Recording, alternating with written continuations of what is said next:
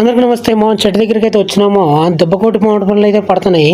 So ఇదైతే పచ్చికాయ చూడొచ్చుమో, మొత్తం నిగనిగల పచ్చి పండు. ఇంకా కొన్ని రోజులు అయితే పండు పడుతుందేమో, ఈ సైజ్ అయితే ఉన్నాయి. ఇప్పుడైతే మనం చెట్టు ఎక్కితే ప్రయత్నం చేస్తాం. చెట్టు అయితే ఎక్కుతామో. ఇప్పుడైతే చెట్టుకు చివర్లో అయితే చాలా ఉన్నాయి. ఇదైతే ఫ్రీ స్పాట్, ఎవరైనా తెంపుకోవచ్చు.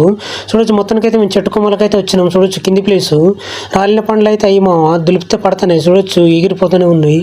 చూడొచ్చు ఇక్కడైతే చివర్లకు చాలా ఉన్నాయి. కైకటితో కోసుడాల్సి కింద పడుతూనే ఉన్నాయి. అయితే పుల్లటి మామిడి పండ్లు జర్ర పండు పడిన వాసన అయితే గుమ్మగుమ్మ వాసన వస్తుంది. పీల్చుకోవచ్చు మా రసం అయితే. చూడొచ్చు మా కొమ్మలకు చివర్లోకి అయితే చాలా ఉన్నాయి. గైకెట్ అందుకొని కోసుడాల్సి మొత్తం కింద పడుతూనే ఉన్నాయి. అలానే చెట్టు కిందకి అయితే వచ్చినాం. మొత్తం నల్లగా ఉన్న పండ్లు అయితే తెంపుకోవాలి. నల్లటి పండ్లు పింక్ కలర్ ఇది తెంపుకున్నామంటే మొత్తం ఒగరొగరు ఉంటాయి, ఏం తినలేమా. చూడొచ్చు వలనేడు పండ్లు చివర్లకు చాలా అయితే ఉన్నాయి. చలో ఇక్కడైతే చూడొచ్చు మా ఇప్పటి వరకు తెంపిన మామిడి పండ్లు అయితే సంచలు వేసుకుందాం. మొత్తం పండ్లే ఇంటికి పోయినాక మొత్తం పీల్చుకొని తినాల్సిందే. చలో మా ఇక్కడైతే ఇంకొక పండు అయితే చూపెడితే 2 ఒక్కలైంది. ఆ ఒక్కలకెళ్ళి వాసన గుమ్మగుమ్మలనే వాసన వస్తుంది. జర్రంతా పీల్చి అయితే చూపెడతామో మీకైతే ఇదే పండు వాసన. ఇంత దూరం పెట్టినా కానీ పండు వాసన వస్తుంది. ఇక అల్లనేరడి పండ్లు మా ఇవి అయితే కడుక్కొని తినాలి.